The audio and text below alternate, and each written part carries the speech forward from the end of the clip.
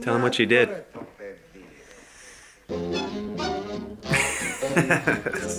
What's up, you guys? Corey, Upfull Fit. Today, we are talking about sodium.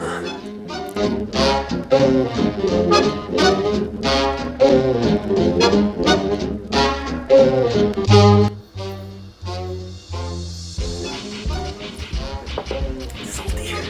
Alright, sodium chloride. It occurs naturally all around the world.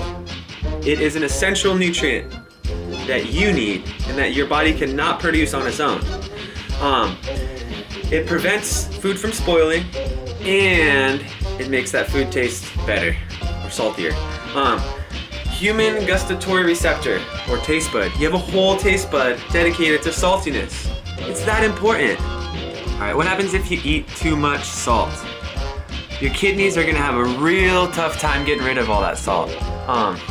The salt stays in your body, it's gonna store water, it's gonna hold water, draw in all this water. That's gonna increase your blood pressure. More fluid in your body, more pressure in your body.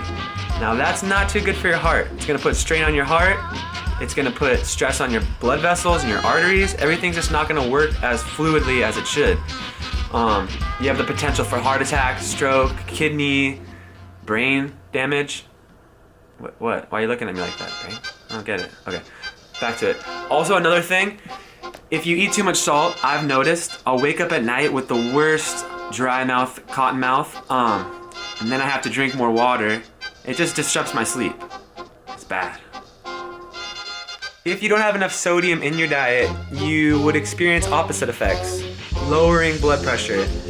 That might result in dizziness or fainting, and you don't want to be doing either of those in the gym. Also, you could experience cramps, and that's due to the fact that salt or sodium is used in the contracting and relaxing of your muscles. That's why a lot of these sports drinks claim to have that really cool, special scientifically formulated electrolyte blend. Now, most Americans get plenty of sodium, but these other electrolytes, yeah, these ones, you might need some of those so you don't cramp up. Oh, there's Pono. You gonna scratch my face off again? Alright, flip on the brains. We're gonna get just a little bit sciencey for a quick minute. Sodium helps maintain the correct balance of water in and around your cells. It's something the scientists like to refer to as the sodium-potassium pump. Not this pump, the sodium-potassium pump. Sodium, it brings water into the cells, and potassium, it will take water out of the cells. The ratio of sodium-potassium is very, very important. Processed foods will be very high in sodium, whereas fruits and veggies, they're gonna have a lot of potassium in them. The ratio of sodium-potassium, scientists suggest you get a 1-to-1 ratio. The average American eats about 5 to 1. 5 grams of sodium to 1 potassium. I'm a little bit off. Like I mentioned before, sodium is responsible for a significant amount of water retention. Your body's gonna hold more water. It's gonna look softer, like a pillow. You're filling up like a water balloon, basically. When people start their diets, they tend to lose a lot of weight in the first maybe week to maybe 3 weeks. This is water weight. You're eating healthier, you're probably eating a lot less sodium, and you're not able to store as much water. You're gonna look better, but it's not necessarily fat loss. Keep at it.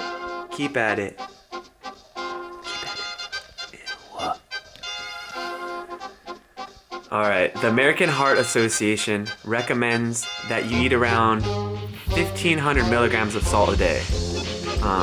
No more than 2,300 milligrams. But us here in America, the average American eats somewhere around 5,000 milligrams of salt a day. I didn't really believe it when I heard this, so I looked back on my app. It tracks all my micronutrients. I eat most days 5,000 milligrams of salt. Some days even 7,000 milligrams of salt. Now the weirdest part is more than 75% of the salt or the sodium we eat, it doesn't come from the salt shaker. It's in all those processed foods, the canned foods. It's everywhere. It all comes down to reading the label. Be aware of what you're eating.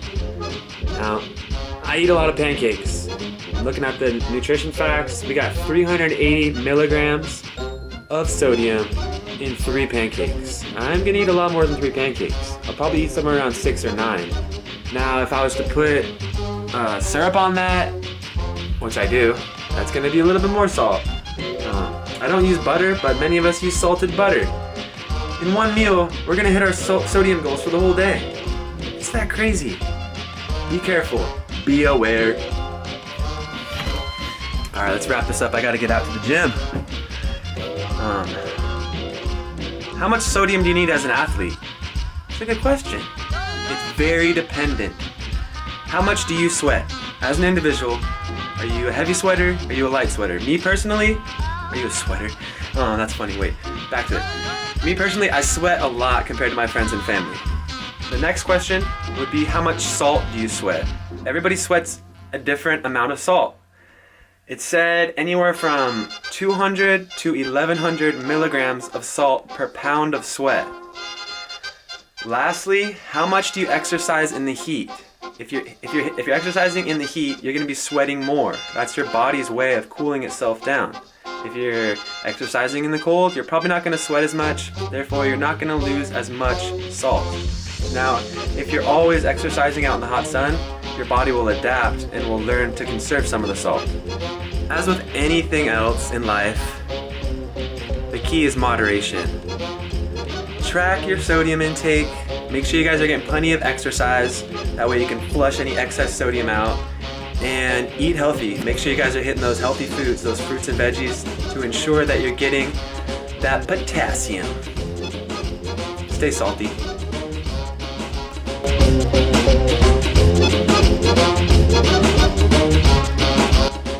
I think people do this, like about salt. I